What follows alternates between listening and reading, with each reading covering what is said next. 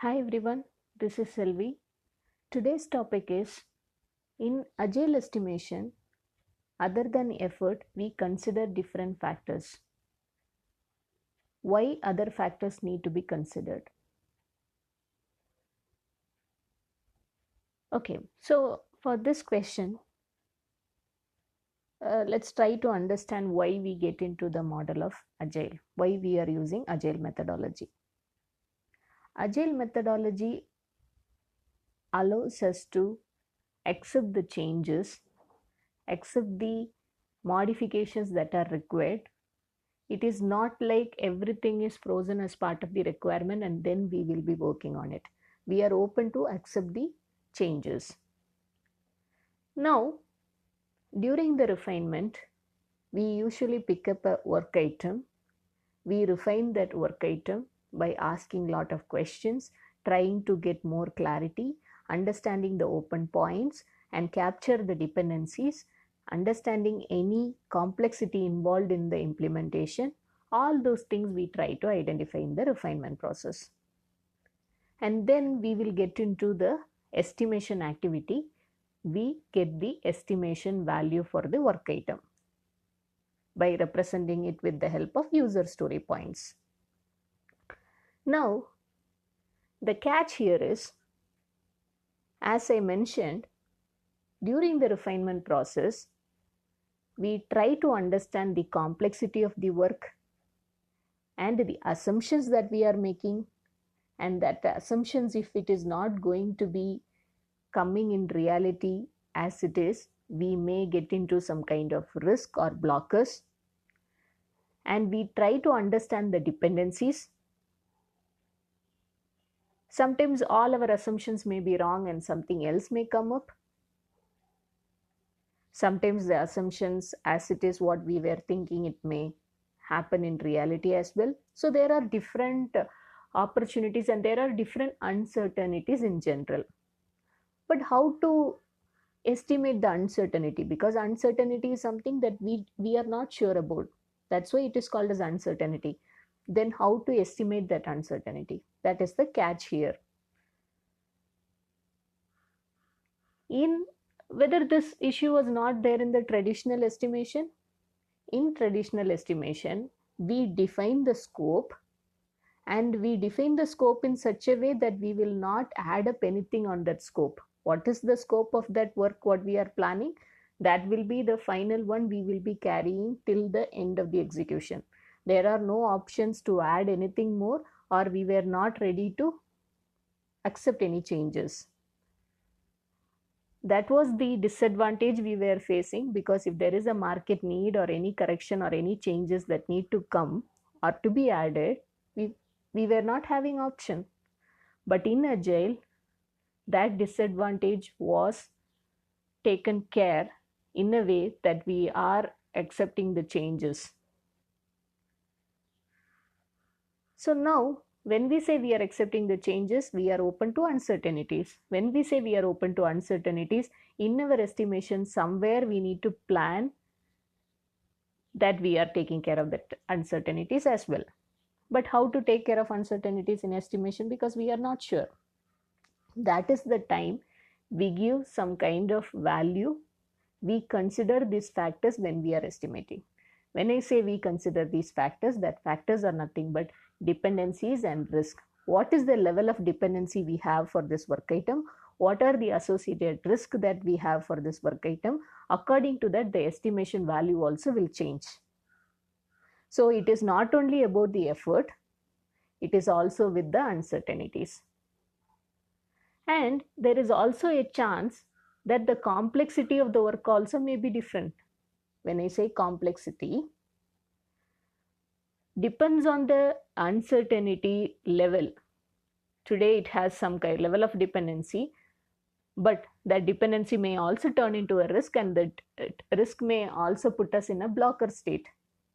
So the complexity of the work is complexity, the nature of the complexity here in this work item is more.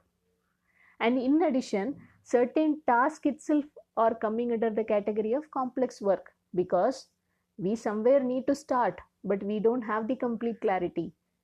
We did a spike, we identified some solution, now we are actually getting into the execution. We feel the complexity is more in this nature of work. So nature of uncertainty, nature of work will also bring us the complexity value. Next is the business value. Even though there is a factor called priority, we also use the factor called business value. What is the value that we are delivering when we complete this work item? More and more business value, automatically we pick that up first, so that we will be in a position to add more and more value to the business. So all these factors are going to give us the actual estimation value. So that is the reason in our agile estimation, we not only go with effort, we also go with all these factors. Let me tell a very simple example from our day-to-day life to correlate this, so that we will get a better understanding on this. I bought a new house which has 3 floors. Yeah, so the ground floor, first floor, and second floor, and third floor. I have I just bought a house. Now I need to completely paint that house. Okay. So I asked the vendor who is going to help us in the painting. And I was actually in a kind of not sure about the idea whether I need to really paint the second and third floors. The reason being, they are pretty much looking good. So I was not so sure. So I told him that let's start with the ground floor and first floor. Then I'll let you know whether we need to go with the second floor and third floor. Then he said, when you are not sure about the actual scope of work that what you are going to tell me, I cannot tell how many days we really need, because uh, the complexity of the work is different when we compare first floor and second floor and third floor. So I just really need to add some more days and tell you roughly how much days it may take, and the effort it involves, and the amount it needs. Everything I can roughly tell you with an estimation value. I asked, what is the difference? Because it's if you are painting ground floor for 2 days, and first floor also may take 2 days, so you can tell 2 plus uh, 2 plus 2 plus 2, so 8 days. He said, no madam, it is not, it won't work in that way, because it is slightly different. I was like, sir, what is the difference? Now he explained me a very good logic. Ground floor, it is very simple, because we just need to we no need to use any ladder or anything to paint the outer wall. We can directly just stand and paint on the walls. And the other chances, it is all easily accessible, so complexity is less. Effort may be same for all the floors, but complexity in ground floor is very less. And there is also an uncertainty, depends on the weather, how many hours we can stand outside and paint. Because when you see first floor, second floor, and third floor, depends on the height, we need to use some ladder, or we need to use some kind of safety measures to just paint the outside wall. And if it rains, it's a problem. If it is too much uh, sunny, it's a problem. So we need to really take care of those things. Those all are uncertainties. Even though same size of the wall and the same square feet in dimensions, everything is same, but the effort is going to be different, because the complexity and uncertainties are different. Inside the room, the complexity is very less, because we don't have any issue. But outside, we need to really depend on the climate and the weather condition.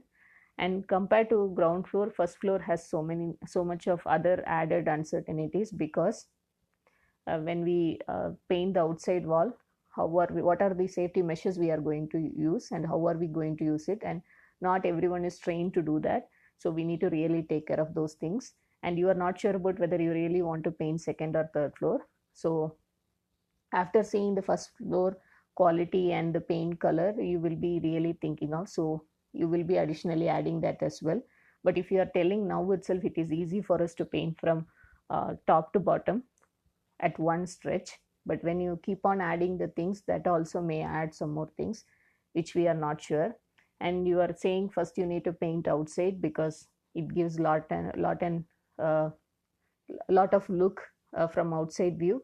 And the second thing is you need to arrange the things inside your home. It will take some time for you, so that is going to take extra time, and you feel that the value will be more if you paint outside first and then come inside, because it will help us in rearranging the things inside.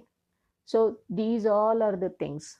So in this example, in a nutshell, it is the same space I'm going to paint in my house, but my vendor has explained me very well what are the complexities. The complexity is, even though the space is same, first floor has its own challenge, second floor has its own challenge, and third floor has its own challenge. Because when you are painting outside the wall, when the height increases, we need to really take care of the safety measures. And inside the house, the challenges are, my first floor and second floor are packed with so many things, so I need to rearrange on that stuff so that they will be comfortably able to paint it. So that is another complexity. And I am also not sure about whether I'm going to paint second and third floor, because it looks very good now, but I may be liking the paint color of the first floor, and I may go also with second floor and third floor painting as well, which is still an open question. I will be saying that saying the answer in couple more days, so the estimation again will change. And the most uncertain part here is the weather condition. We are not sure about the weather. It may rain, then we cannot paint the outside wall. If it is too hot, then also people who are going to paint, they will be really having issues. They cannot stay for so long when they are painting. So all these things should be considered according to the weather condition, which are uncertain topics now. So how, just if I'm asking someone, hey, even though everything looks same, right, just with the effort alone, can you say 2 days if it takes for ground floor, it will take for 4 floors 2 into 4, 2 multiplied by 4, that is 8. 8 days is not the right answer, because the ground floor complexity is very less, uncertainties are very less. But when it comes to first floor, second floor, and third floor, the uncertainties and the dependencies are very, very high. Now, this is the very good example of how we are estimating the work items. Even though the work items look very similar, we need to really understand from all the factors and not only from the effort point of view. It may look 2 days for everything, but it is not, because in agile estimation, we need to consider other factors which are coming under the category of uncertainties, that are dependencies and risk. Then we need to really think about the business value what we are delivering and the complexity of work what it is involved. So if we calculate all these things and then give the user story point as a part of the estimation activity, we will be getting very closer to the actual estimation, or we will be actually giving the estimation by considering all the factors. So it will give us the understanding what are the factors that we need to really take care. Because if we are not even thinking about dependencies, how we will even realize that there are dependencies in the work item, and how to resolve that. So when we are estimating any work item, do consider all the factors other than the effort, because effort alone will not give any option in the estimation. I hope this would have clarified most of the details related to estimation, why we are considering different factors. Thank you so much for listening. Stay tuned.